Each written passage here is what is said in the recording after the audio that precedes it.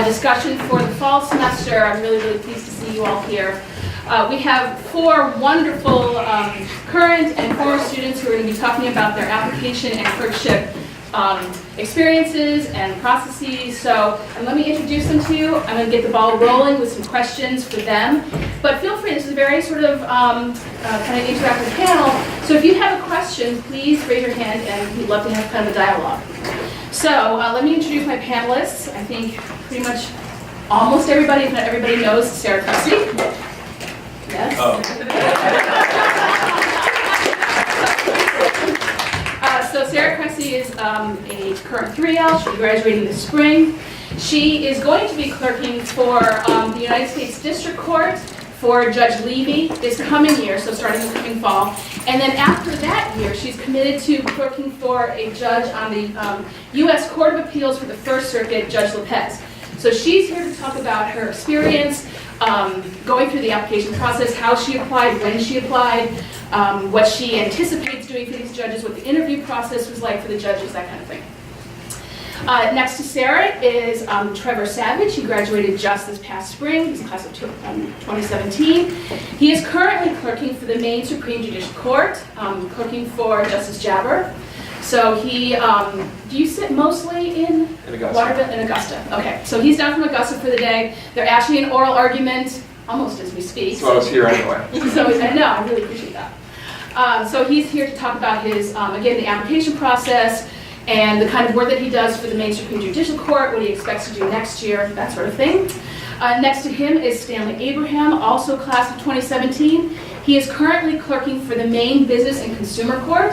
So again, he can speak to the application process, why he chose to clerk for a specialized court in Maine, what that means, what this court does, what kind of docket it has, and what he's going to do next year, and what he anticipates going forward. And then finally, we have Carly Traub. She's class of 2015. She clerked last year for the Maine District Court, and she was on the panel last year as well. I love having her on the panel because she graduated, she worked for a year, then she applied and clerked for a year, and now she's working again. So I really like having her on the panel because she can speak to the process of, you don't have to clerk necessarily the year after you graduate. You can work, then clerk, and have that on your resume, and then go back into a job, either the former job that you had or a new one. So with that said, I'm just going to start throwing out questions for our panelists, and I think I'm going to start with, well, I'll start with sort of the application process. So Sara, could you start by talking about what your application process looked like for both of these federal courts? Sure. So I had talked to professors about wanting to clerk in the federal courts, and they had told me about the federal courts use an online application system called OSCAR, O-S-C-A-R, and you create an account on the website, and judges post when they're hiring, and you can sign up for email alerts. So it'll like email you. I have it set up so it emails me once a week, and it will say like open clerkship positions, and it will list the judge. And so I set it for like New England and Puerto Rico because that's where I wanted to clerk. And so I learned, so Judge Levy was hiring early. I learned that he was hiring at the beginning of my 2L year, so last fall. And I went on OSCAR and looked at his page, and he actually accepts applications by regular mail rather than, you can submit them electronically through OSCAR, and that's how Judge Lopez accepted his. So you have to get recommendations from professors or employers. So I did that, prepared my writing sample. For him, I used my excerpt of my 1L appellate brief, and then submitted everything by mail. And for Judge Lopez, it was similar this just like last month, 2 months ago. But he accepts his applications electronically through OSCAR. So I, again, compiled my references. My writing sample was different because obviously I have now more sort of things to choose from, and submitted it electronically, and then they called for interviews. And is that sort of a typical, so you applied quite early. I just wanted to make sure that one else came to this if you're at all thinking about federal clerkships. Do they have one set time that every judge starts to accept applications? Or is it kind of all over the place? No, each judge sets their own dates. My understanding is that Judge Levy, that was very early, and I think generally it's more typical for them to hire sort of in the spring semester. So it would have been like January rather than last fall. So spring semester of your 2L year. Spring semester of my 2L year. And there were other federal judges who were hiring during that time. All right, and Trevor, what was your application timing and what did your application package consist of? So my application was a little bit later than Sarah's would have been. So at the end of my 2L year, I wanted to clerk for the law court pretty early on as a 1L. So I did some research into it, found out that it's a little bit of a later application. And so mine was middle of the summer after my 2L year. And so they accept all of the application materials electronically as well. And so you send in your resume, cover letter, transcript, 3 letters of recommendation, one of which has to be from a professor here at the school, or 2 of which I believe had to be from professors here at the school. And so sent all of those in, and then beginning of 3L year, like end of August, beginning of September, you hear back saying that you have an interview. Everyone goes in and interviews with the full court at once. So you're led into a room where you have all 7 justices ready to interview you for about 15 minutes. And they go through about, I think, like 30 applicants all in one day. And then, as I understand the process, it's sort of like a fantasy football draft where the court decides, in order of seniority and such, who each justice wants to clerk for them for the next year. So just to recap, to kind of put this again in some context. So Sara is going to be clerking for federal judges. So her clerkship process started earlier than the state court process, just because it's completely up to the federal judge about when he or she wants to begin to accept applications.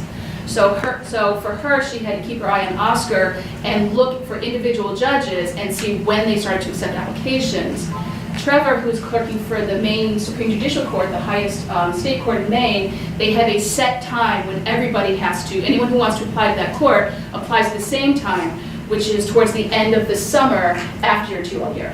Which is actually very interesting because, having taken the bar in July and then beginning to work in late August, you're only working for about 2 weeks before the court interviews your replacements, which is a really odd feeling as well. So that's just, again, like Professor Wolf said, highlights the difference between federal and state clerkships. So Stanley, so you're clerking for the Maine Business and Consumer Court. Can you tell me what your your application timing would have looked the same as Trevor's, but can you tell me what your package looked like in terms of what you submitted to the court? Yeah, honestly, it sounds almost identical to what was required for Trevor's. The one difference was that after you apply to the Superior Court generally, you got I don't know if they've changed the procedure, but you got a follow-up email from the admin for the Superior Court asking if you were also interested in applying for the Business and Consumer Court. You didn't submit any additional application materials besides just an additional cover letter saying why you had an interest in that court. And Carla, I think that your timing would have been very similar to these other state courts, but in terms of when you applied. But was there anything sort of unique about the district court application process? For instance, I've heard that sometimes they ask you to do some sort of writing prompt. Did you have to do that when you applied? Or Stanley, did you have to do a writing prompt? Yeah, just occurred to me after. So that was one other change. Is after you, I think it was before the actual in-person interview. When you didn't interview with the entire Superior Court, it was just a panel, like a hiring panel for the Superior Court. But they give you a writing prompt and also a sort of like drafting, editing exercise. Yeah. Did you have to do that, Carla? No, we didn't have to do that. I don't know if that's changed since I applied. I actually didn't apply with everybody else. They had 3 openings randomly, and I believe the announcement went out in January sometime. And then after that, it was a pretty quick process. I think they had interviews in March because I did mine at an airport over Skype, and they couldn't even see me, but I could see them. And then they called me back 5 minutes later and offered me the job, so it was really, really quick. But yeah, everything else in terms of the package that went in was pretty much what you guys had said. So. Okay. All right, so for federal clerkships, for 1Ls who are in the room, you need to be thinking about, even over the summer, what you would use for a writing sample, if you want to try to write on or otherwise get onto a journal, because that can be something of interest to any judge. So that's part of why I want to be thinking about it. Now, if you're a 1L, because there are some decisions you need to be making over this coming summer, so you might start applying for federal clerkships for the year after you graduate. You would apply for them maybe even as early as the fall of your 2L year. And for the state court clerkships, you would be putting together your application package again. That would happen in the summer after your 2L year. So now that we have sort of a sense of the timing and kind of what goes into an application package, cover letter, writing sample, resume, transcript, maybe you're going to ask to write some sort of piece of writing kind of based on a prompt that you're given. So those are sort of the letters of recommendation. Those are the typical elements of a package. So let's talk about why you wanted to apply to the courts to which you're applying. So let's start with Carly, if you don't mind. I guess I applied to the district court, one, because there was an opening there, and two, because I felt like I had been doing asylum work for about 9 months after I graduated and was working for a guy who was solo at the time, and I think he had about like 60 to 80 open cases, and so I really needed some help. And going through that process, I kind of realized one of two things. I kind of, one, felt a little guilty having clients like pay for services which they get through for free through ILAP, and so figured I can go do this pro bono. And then I realized, well, I kind of need more experience with the courts and with litigating if I want to go and find another job. And so when this opportunity opened up, I kind of just jumped at it and said, I have to at least apply to this. If I don't apply, I'll never know, what could have happened. So, yeah, I mean, that was just kind of my motivation for applying, was trying to get a better idea of kind of what goes on at the district court level in Maine, and to kind of ready myself a little bit more for practice. And what does the district court in Maine do? What's its typical jurisdiction? What kinds of cases did you work on? We go from everything from divorce, protection from abuse, protection from harassment, foreclosure work, small claims, arraignments for E through, what I'm going to say, pretty much E, Class E and D felonies, no Class A's. They also arraign for, I think they do for, when you get to like A, B, and C class felonies, they'll do some of those, but it really depends. Usually they get kicked to Superior Court. But the Unified Criminal Docket's kind of, they're trying to merge everything. What else do they do? Apart from that, we now do adoptions for some cases too, which is pretty cool, so I got to see those. Yeah, that's pretty much it. Okay. Stanley, what made you choose to apply to and want to clerk for the Business and Consumer Docket or Court? Yeah. So in law school, I loved law school. I'm a really big nerd. I really like really technical legal issues, and that tends to be what presents in Business and Consumer Court. I, much to my surprise throughout law school, realized that I wanted to be in the courtroom after I graduated law school. I never thought that was something that I would want to do. So I knew I wanted to clerk at the, I wanted to clerk at the trial level. And we'll see where my career takes me. I don't necessarily have it all planned out or blocked out. But business law has really sort of developed as an interest for me. Again, much to my surprise, that developed in law school. And yeah, when the admin sent an email saying all you needed to do is write another cover letter, I was like, I'm in law school, like I write hundreds of pages every week, like what's another page for a cover letter? So I did, and then I got it, and it's great, it's awesome. Trevor, what compelled you to apply to the law court?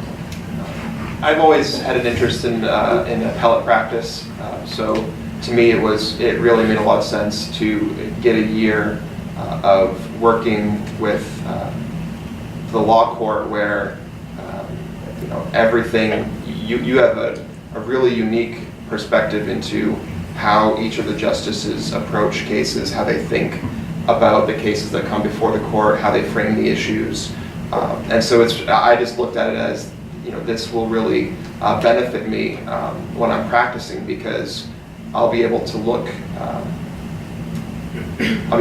at cases and see, okay, tracing it down through the tree of what happened, here is exactly where it went wrong. And if the litigant had done X, Y, or Z differently, then the course of this litigation would have been changed for X, Y, and Z reasons. And so that has been my experience, but I talked to some people who had clerked previously, and And so that was really what drew me to the law court.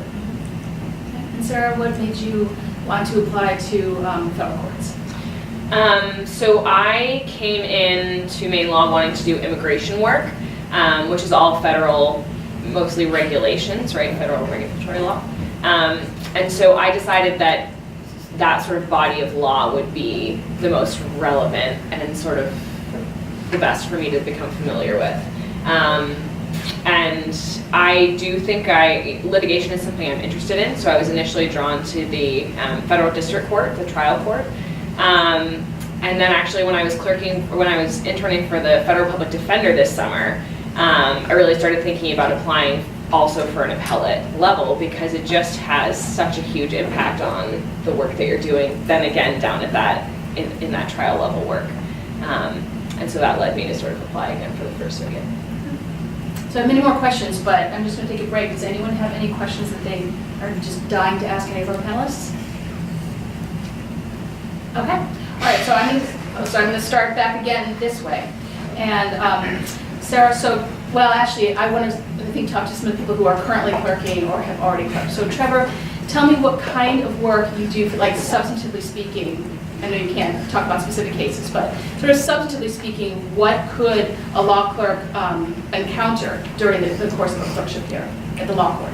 As far as subject areas? Yeah, sort of subject areas and really kind of what your day-to-day life looks like as a clerk. So subject areas, range like from what Carly and Stanley were saying. It's essentially appeals of all of the cases that are heard in the district and superior court. So you could be hearing everything from protection from abuse cases to employment disputes to statutory interpretation cases. That runs the full gamut. As far as what I do on a day-to-day, when cases are appealed, they're either appealed and considered by the court on briefs or for oral argument. So if they're submitted on briefs, that means that they're not, oral argument won't be heard, and if they're considered for argument, obviously, then it's scheduled and put on the docket for that. And so what we do essentially in Justice Jaber's chambers is new cases come in all the time, and we take the entire case, the appellant's brief, the appellee's brief, the appendix, all of the underlying motions and things from that case, and we apply the facts of the case to the law. We do a ridiculous amount of research, figuring out what the law is, determining what was argued, how the rules of procedure affect the disposition of the cases, and then we write memoranda for the justices explaining to the court, here's what the case is, here's what's being argued, and here's what the applicable law is. So it's a great deal of writing, a great deal of research. And if you like those sorts of things, unlike Stanley, I didn't love law school. I love legal writing though. And so because really what my job is research and writing, I do love the position a great deal. And how is your chambers constituted? Like how many clerks are in your chambers and that kind of thing? Yeah, so Justice Jaber has 2 clerks, so it's me and another 2017 graduate, Foxfire Buck, I think you had her last year. We were friends coming into the clerkship, so that made things great because your co-clerk is one of the only people that you can really talk to about a lot of what you do. And so it's really nice having a friendship already existing. Although when she recommended me for the bar, wrote a reference for me, she wrote classmate, not friend. And I haven't let her hear the end of that one. And so it's Foxfire and I, and we, if 2 cases are submitted for oral argument for January, then we get the cases in ahead of time. We divvy them up according to who has a longer case at that time, whose case is more work intensive, whose issues are more complicated, and so it's sort of a give and take throughout the year. All right, and Stanley, what is your day-to-day life as a clerk? What kinds of things does the business court, what kinds of cases does it take on, and how do they get those cases? So business and consumer court is kind of a strange animal. It's within the superior court, but there's one superior court justice and one district court judge who get assigned specific cases on the business and consumer docket. The way you get there generally is by motion of one of the parties, sometimes by agreement of the parties. It's funny, one of the judges on the Business and Consumer Court, he always says that the only thing that keeps them open for business is if people keep coming back, so they have to make sure that they're doing a good job of keeping the cases moving through the docket. You can also get there by recommendation of the Superior Court Justice who's actually hearing the case, or I guess you can come from District Court too. But generally, my understanding is that if someone doesn't want to be there, no one's going to, judge or justice isn't going to put them there. That's how you get there. The sorts of cases, I mean, it's just what it sounds like. It's business and consumer cases. So it's like if there is a more sort of like technical business issue, if the legal issues are going to be something that might take more time on a regular docket, if you move into the business and consumer court, then if I'm doing my job and the judge and justice are doing their job, things are going to move along a little quicker. Was there another part of your question that I missed? Sort of what your day-to-day. Oh, yeah, my Just to reiterate, day-to-day this is a trial court. Yeah. So if there were appeals taken, they would be taken to the law court. Right. So all of the work you're doing is trial work. Exactly. So do you guys have Professor Zara still, or is that done with? Yeah, no? Okay, so Professor Zara, I don't know, maybe the civil procedures teacher still teaches this, but trials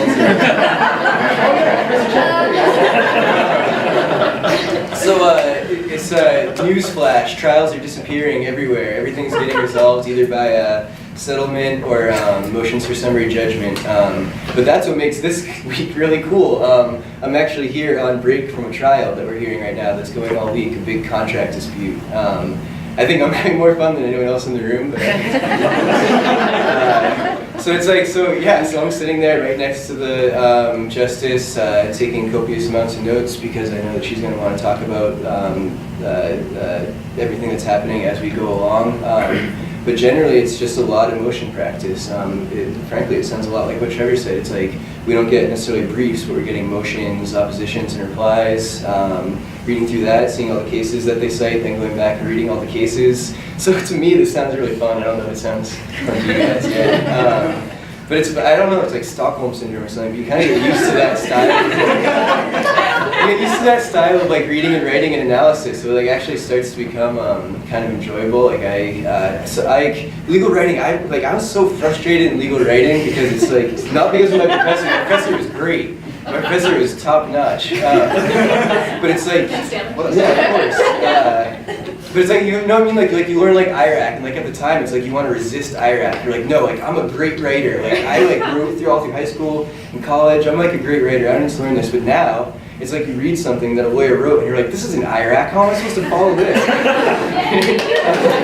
Yeah, no. Or it's like you start like writing, and you're like, oh wait, like this is out of order. Like this is an IRAC. But so, long way to get there, but basically what I'm doing is reading and writing all day, generally. But for me, that's awesome, because I love reading and writing. Hopefully you guys do too, because you're in law school. And Carly, what was your experience, sort of your day-to-day? Well, before, I have one more question for you, Stanley, on the same topic. So you work for two judges in the Business and Consumer Court. Yeah. One is a Superior Court Justice who does half-time, Right. part on the Business and Consumer Court and part as other trial with a Superior Court Justice, and the other judge is a District Court judge who is the same kind of split. Precisely. How do you balance your time working for these two judges, and are there times when you're getting pulled in different directions? Unlike the other two panelists that we just talked to who work for just one judge, how do you balance working for two different people with different demands? That's a really great question. In fact, that's a question that they push hard during the interview process, because everyone on the Superior Court is going to be working for multiple judges and justices. In fact, frankly, I have it easy because I only have two. Most of the people who are clerking for the Superior Court have more than two judges that they're working for.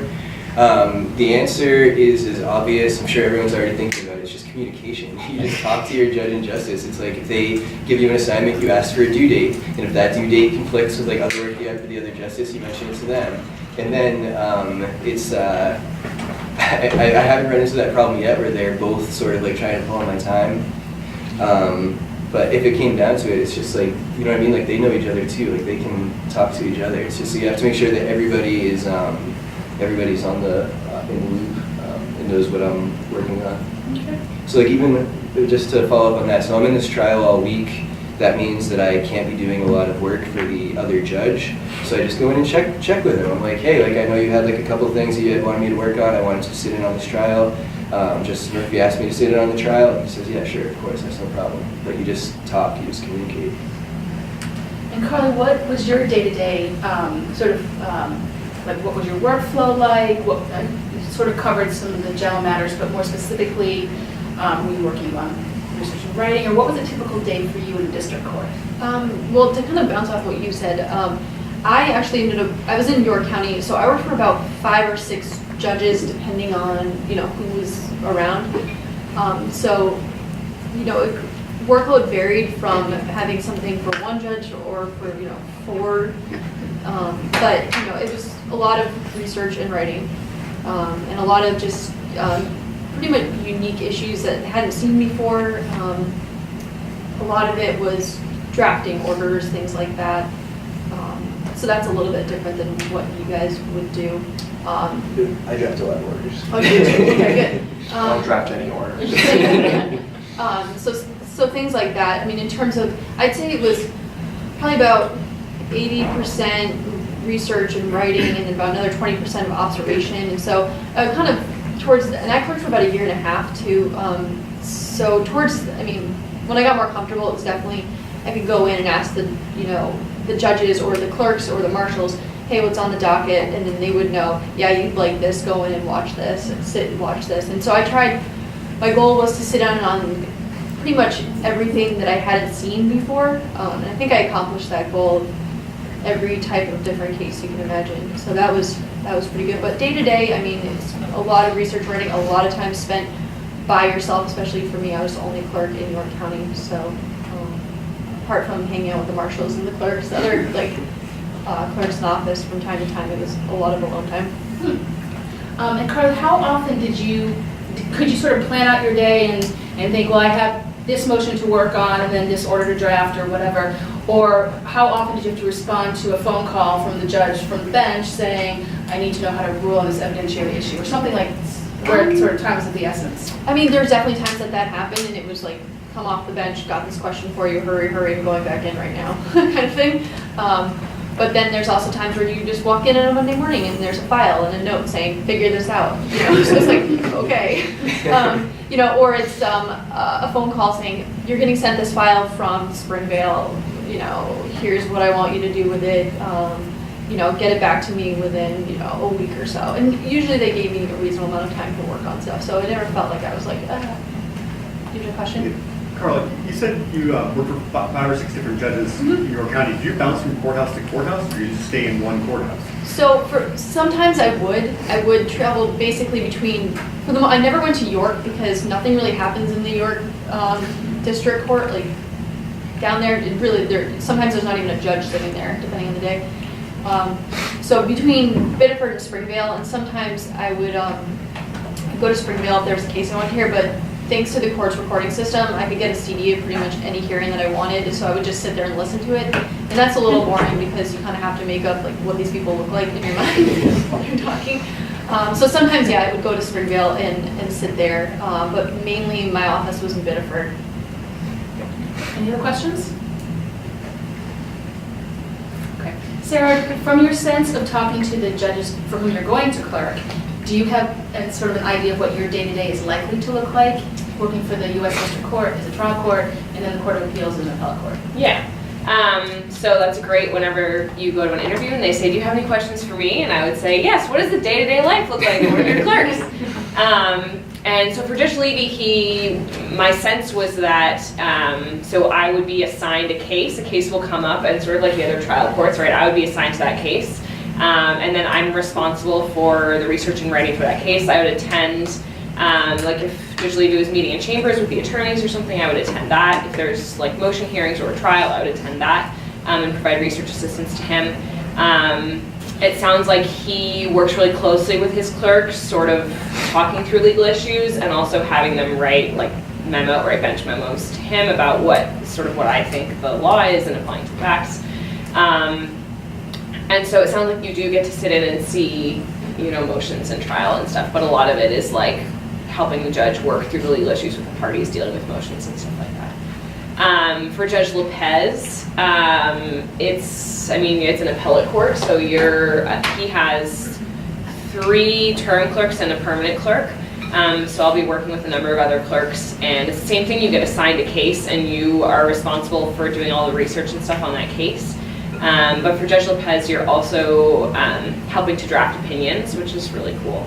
I think a little bit of that for Judge Levy as well. He said it sort of depends on the case and the clerk and that kind of thing. But that, I get the impression, is a lot of research, really intense research and writing, and like going back and forth with Judge Lopez, giving feedback and you revising your draft and all that stuff. And just to clarify, so the permanent clerk is what it sounds like, it's kind of a career clerk. The term clerk is somebody who's hired for a specific term. It's often 1 year, but it depends completely on the judge.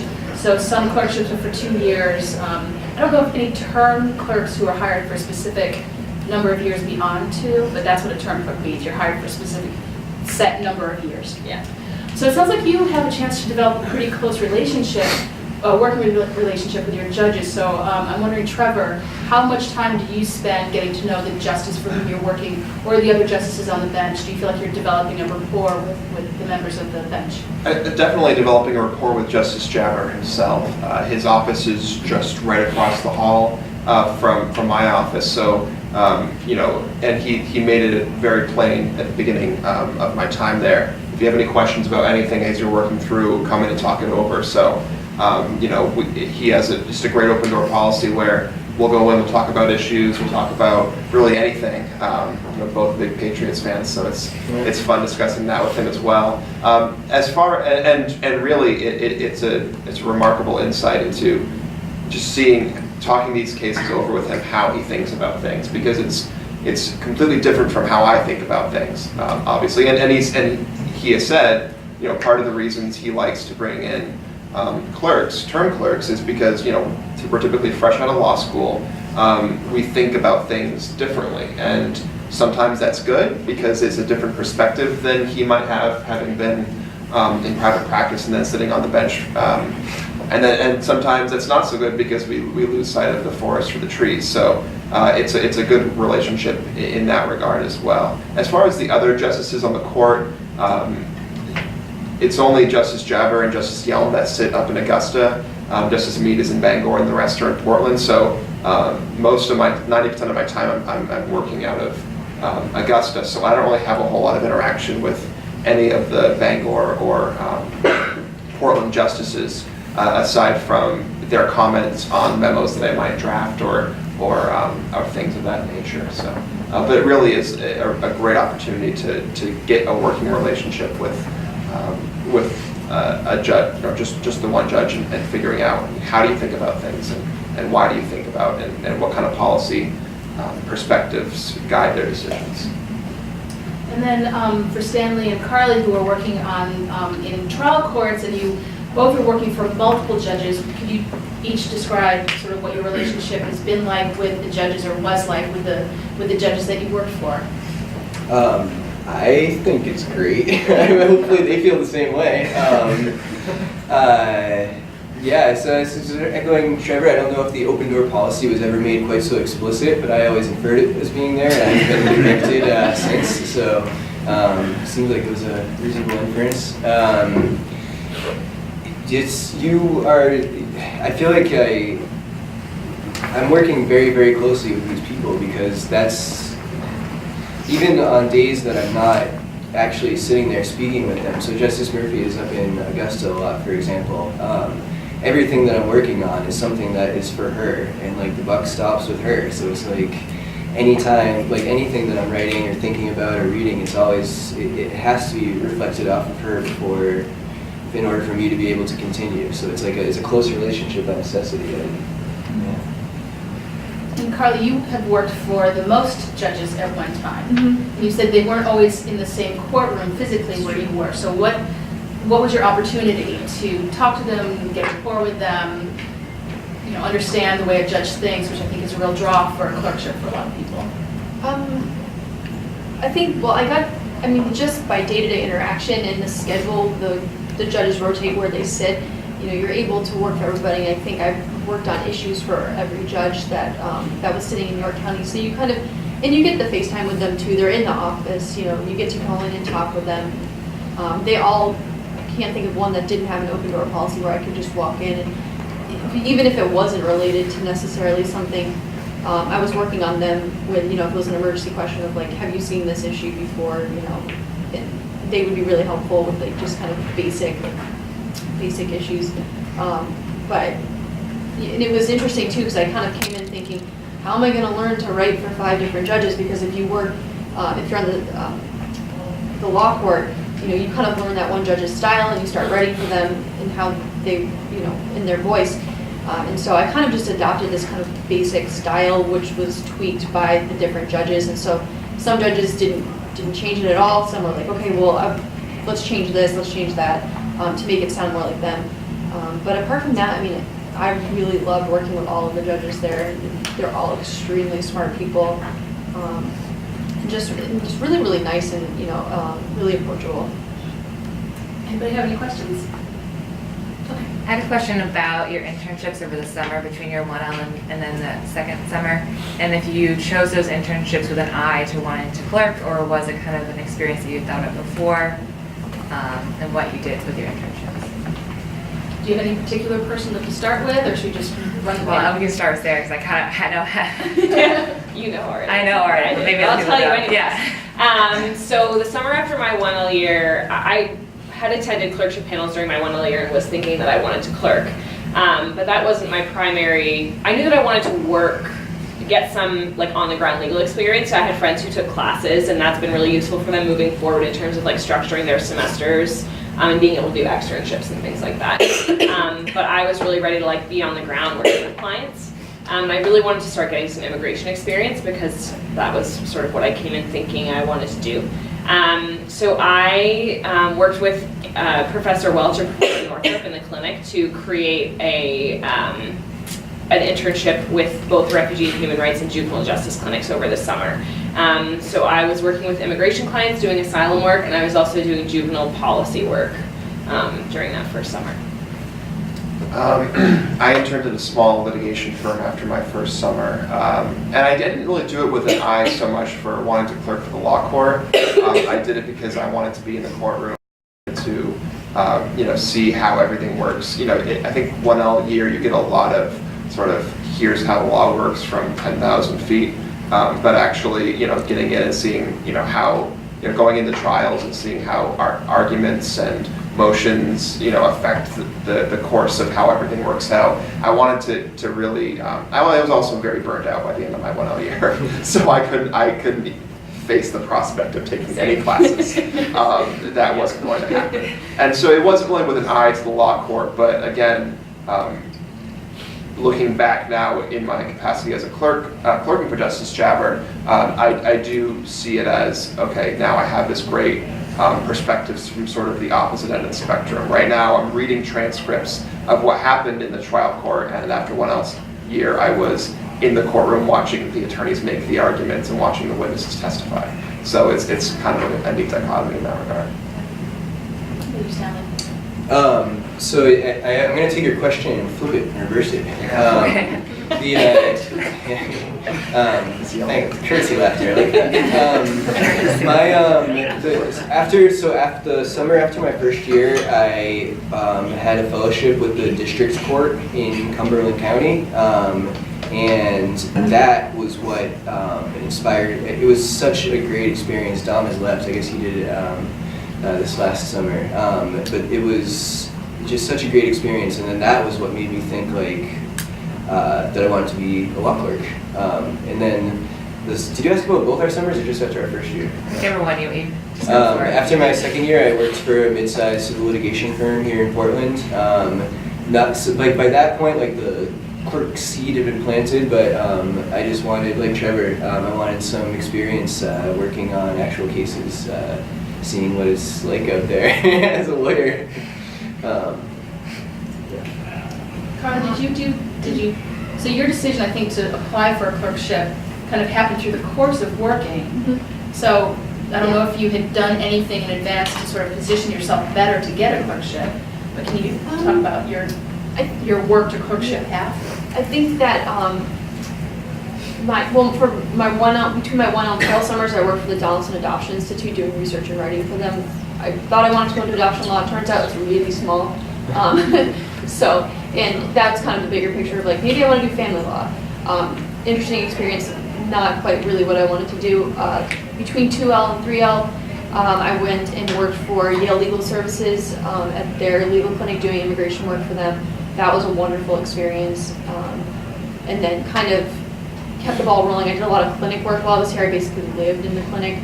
And so after that, I thought asylum work was what I really wanted to do, but then I felt like I was kind of boxing myself off.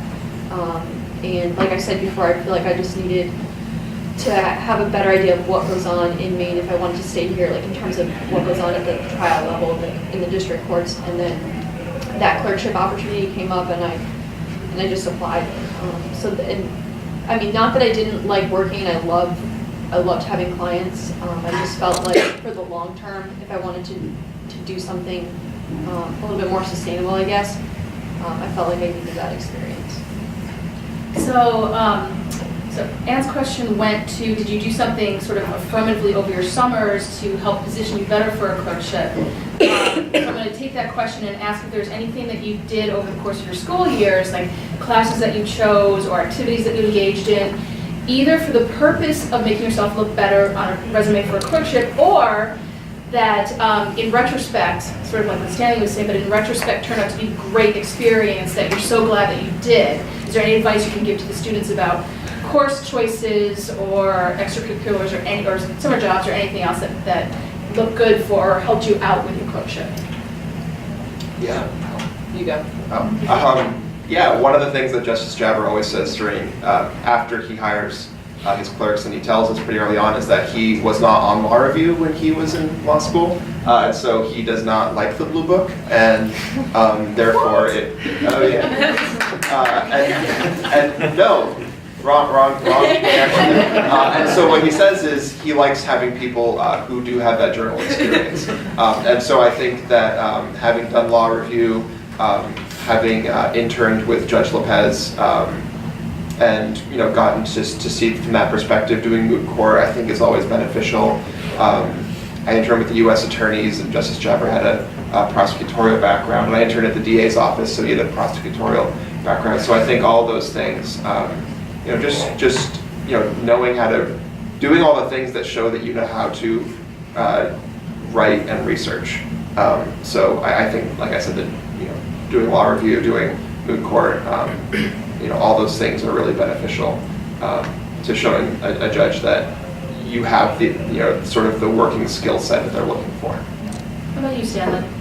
Yeah, maybe a lot of one else, but law review, Trevor's comment about the blue book, in law review, you learn the blue book so well. Don't get me wrong, you learn a lot about the blue book all year. You have great legal writing professors who teach you really, really well. They don't teach you quite enough. But then, in law review, it's I've never had such a close relationship with the book as I with the blue book. It's a lot of quality law review. Yeah, so it's just a lot of quality. Yeah, so that definitely law review, and then the second is clinic. I know Carly mentioned clinic. It's she said she lives in the clinic. That's everyone who does clinic. That's what it does. And it's you in clinic, you're actually practicing law. You're drafting orders. You're writing motions. And then when you are clerking at the trial level, if you want to clerk at the trial level, which if I haven't expressly recommended yet, I recommend clerking at the trial level. You're reviewing the same sorts of things that you've already had a chance to write and submit to a court yourself. So I feel like I can't overvalue my clinic experience. Do clinic and law review. Agreed. I just want to note this real quickly. I'm the only one up here who I think didn't do the clinic, but I did intern at the DA's office, in which you get a lot of the same experiences. So just gotta have my plug in for that as well. Colin, did you have any other course choices or other experiences that ultimately ended up being really helpful? So I was not on law review and I was not on moot court. And by law review, we mean both journals, right? Yeah, COJ or neither law of review. them. Yeah. So I feel like I'm the outlier. But I think if it still exists, pretrial practice was great because even if you didn't do clinic, that kind of covered for that because you got to figure out from A to Z, right before you get to the courthouse door, you're ready for trial. Here's what's happening. And then I don't know about you, probably assuming civil procedure is huge. Like a lot of the stuff we deal with, motions come in, is this timely, is it not, blah, blah, blah. What do we need? Service, that notice, all of that stuff is huge. So I think anything that, just knowing that was really helpful. Obviously, rules of evidence too come in. Can that come in, can it not come in, that kind of thing. So the major ones. But I think just having a basic knowledge of what, all of the different types of law that come, that the district court looks at is good too. So. Is there anything that you, I guess the three of you who have clerked or are currently clerking, is there anything that you didn't do that in retrospect you wish you had done when you were in law school? Trial practice. Related to the clerkship? Trial, it's not related to clerking necessarily. Trial practice was the one thing that I left law school wishing that I had done, and that I... Trial practice? No, the 3L, what is it, the trial team, sorry, trial team. I did do trial practice in Stanley. Trial team, I wish I had done, but my semester is pretty booked, and I didn't get to do it, but I don't think that relates too well to clerking, at least for the law court. It might have first Stanley, yeah. Okay. Anybody else have sort of a gap that they wish they had taken something or done something before the clerkship? Really, no. It's not like, I don't know. It's like as you're going through law school, you start to develop a sense of the things that you should be doing, and everyone knows that you should be doing them, and you do them. And that's what I did. So. I think taking classes that were going to be on the bar kind of covered everything that you need to deal with in the clerkship too. So do that when in doubt. Don't go for some weird oddball class. Sorry if anyone teaches. Take it if it's going to be on there. You're going to get tested on it. All right, and so I only have one more question left. So does anyone else have any questions that have been covered? So my question is, what do you all think you're going to be doing after your clerkship year? And to what extent do you think having a clerkship will or has kind of helped you either decide what you want to do or actually get you that job? Sarah, do you want to start? 2020. What am I going to be doing in 2020? I have considered going back to work for the federal public defender, and having federal trial and appellate work is immensely helpful and makes me far more qualified for that position and far more likely to get that position. And I've also considered trying to go into immigration and do some sort of immigration practice, whether it's asylum or other types of immigration relief. And again, having federal trial and appellate work is really, really helpful for that. So I have not done a lot of specific research because I've got some time, but I think for me that was sort of what led me to the federal path in the first place, and those are the kind of positions that I'm continuing to look at. I'll be working in private practice here in Portland afterward. I think clerking definitely, it opens some doors for you, just because I think you're just more employable in the fact that employers see that, okay, you understand how your judge thinks and how the system works. It's really an extra year of civil procedure and or just rules of procedure and evidence learning. And so I can't tell you how many times I've had potential employers or just people that I meet in Portland say, "Oh, you're clerking for Justice Jabber. He's such a great guy." I remember when I was arguing in front of him back in, and then they'll launch into a story about how they were, and you're going to talk your ear off for 15 minutes, and so that really is invaluable as well. Just having that immediate connection. They like him, therefore they think they like you, and then they find out. So. Stanley, do you know what you're going to do next year? Yeah, so I love clerking. I'm doing it again next year on this same court, the Business and Consumer Court. Beyond that, like I alluded to earlier, I don't have a set career plan, but I think I'm actually going to be applying for another clerkship, this time with the U.S. Bankruptcy Court up in Bangor. So yeah. I don't want to be a clerk forever. Because I said earlier, I'm jealous of my friends who just passed the bar and are now actually getting to practice law. That's the end game. But I just at this point, the more foundation I can lie, why not? Lie. Hey, perfect. I just finished up a clerkship in August, and so now I work for Bendit and McHugh, do real estate and foreclosure work. So not exactly what I thought I was going to be doing coming out of my clerkship, but it's nice. It's like 5 minutes from home. It's great. But I'm getting a really great like base in like real estate law and title work, and that's great. And so I'm kind of reassessing now really where I want to go from here, and I really do find real estate interesting, and it's kind of like by default sort of, because working for the courts, like foreclosure is one thing that the courts work on, and I worked on foreclosure work cases, and so having that knowledge was great for this particular employer. And so I think just being able to clerkship, having a clerkship allows you to go somewhere and say like, oh yeah, I have knowledge in X, Y, or Z. And it just kind of opens up a whole bunch of doors, because and I was kind of saying this to someone before, I was like, you kind of become like sort of like a stem cell. You can kind of like differentiate to whatever you want to do, which is so nice. So going forward, I think, I'm going to build off my knowledge of real estate law and foreclosure work. Hopefully, I think way on down the road, my fiance and I have plans to kind of open up a joint practice eventually at some point, doing who knows what. He does tax work, so we'll see. But for right now, yeah, I'm just learning a lot and really enjoying it. Can I add one thing really quickly to an earlier question that you asked about things that to do in school to set yourself up to clerk? Is one thing I highly recommend, as I'm sure Sarah can attest to as well, is put your name in to be a legal writing TA. Oh, yeah. Because Justice Jabber loved that. A lot of the justices on the law court, obviously Judge Levy and Judge Lopez liked it as well. So that really, and you learn a lot as a TA as well.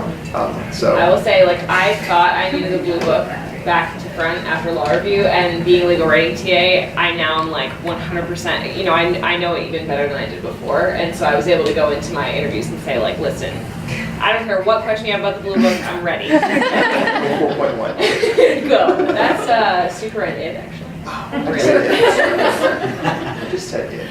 All right, does anyone have any questions? All right, I have, can I just make one recommendation to people who are interested in clerking? So take the time to get to know your professors. Yes, It doesn't have to be me for everybody. Pick out a couple professors that you want to go to their office hours for, maybe do an independent writing project or research assistance for. Because when we have to write these letters, it is hard to write it if the only interaction we have is he was in like civil procedure out of 80 students. And so as all of them mentioned, you do need letters of reference, or letters of recommendation. So it's never too early to start getting to know at least a couple of professors who you think might be people who can do that letter for you. Talk to professors and know the judges. so I just have a couple of points that I wanted to make before we have to wrap up pretty quickly. So if you're a 1L, the things that you should be thinking about sort of maybe over the holiday break between the semesters and then going into the spring is, do I want to try to get onto a journal? Is that something that's important to me? Because judges, although they don't necessarily require journal participation, they by and large really like it. They think it says something about your exposure to writing and editing and citation and all of those kinds of skills that judges really depend on. So think about what kind of journal participation you might want to engage in. Be thinking about, as Professor Chen just said, creating these sort of relationships with professors who can then write more meaningful recommendation letters about you, not just this is one person who said in my lecture and they participated from time to time, but really something more meaningful about you. So be thinking about that too. And be thinking about, as you're writing, a lot of people use things they've written for their 1L legal research and writing class as writing samples. So not that you necessarily can having that forefront in your mind as you're going through your legal writing class, but just know that what you write in this class may end up being your best source of a legal writing sample to be using for your resumes, whether it's for clerkships or really any kind of application. So be thinking about doing your best work on these writing assignments too for that purpose as well. So that's 1Ls. For 2Ls, you should, if you're thinking about a federal clerkship, they are kind of happening right now in terms of starting their application processes. So in Maine, you can clerk anywhere in the country. So we have representatives here who happen to be clerking from judges who sit in Maine, but you can clerk anywhere at the state or federal level. If you want to clerk for a federal judge, get on Oscar right away. If you go to the My Portal website, there's along the top it says career services, right? And under that drop-down bar it says clerkship. I think it says clerkships. right? And so click on that, and it'll give you information for state clerkships and federal clerkships. It gives you links, so you can do all kinds of research about both state and federal clerkships. Federal clerkships, most of the information, all of the information comes through Oscar. Many federal judges also accept applications through Oscar. In Maine, I keep a little chart for myself about who's accepting what applications when. As far as I can tell, the first federal judge taking applications in Maine, if you're 2L for the year after you graduate, is Judge Torreson. She sits in Portland. She started to accept applications on a rolling process December 1st. So if you're a 2L and you're thinking about a federal clerkship, you should be pulling together your application packages right in the next couple of weeks, if you can, to get an application in, if you want to clerk for her, sometime as close to December 1st as you can. So get on Oscar right away, register for Oscar, and then you can start kind of figuring out where you might want to apply if you want a federal clerkship. If you want a state clerkship, you have more time. Again, for 2Ls, that application process won't happen until next summer, or late in the spring. If you're a 3L, it's not too late. As you know, you can clerk anytime. So even if you have a job lined up for this coming year after you graduate, or you don't know yet what you're doing after you graduate, you can still apply for clerkships for the year after that. So you can always keep clerkships in your mind as sort of an experience even after you've started working. A lot of employers will let you take a year off to go clerk and then come back, for instance. So your to-do list is to get on My Law portal, go to the Career Services drop-down bar, go to clerkships, and start to explore federal and state clerkships and figure out what your timing is and what your interests are for those clerkships. If you have questions, the members of the clerkship committee, in addition to me, are Professors Baum, Chen, Lupika here for the fall semester, Schindler, and Thaler. All of us are happy to answer questions that you may have about clerking, so don't hesitate to ask. And of course, Derek in Career Services knows all. So with that, thank you very much for coming. I can't speak for the other members of the panel, but also feel free to email me. I still check my student email, so it's just Stanley.Abraham@DaytoDay.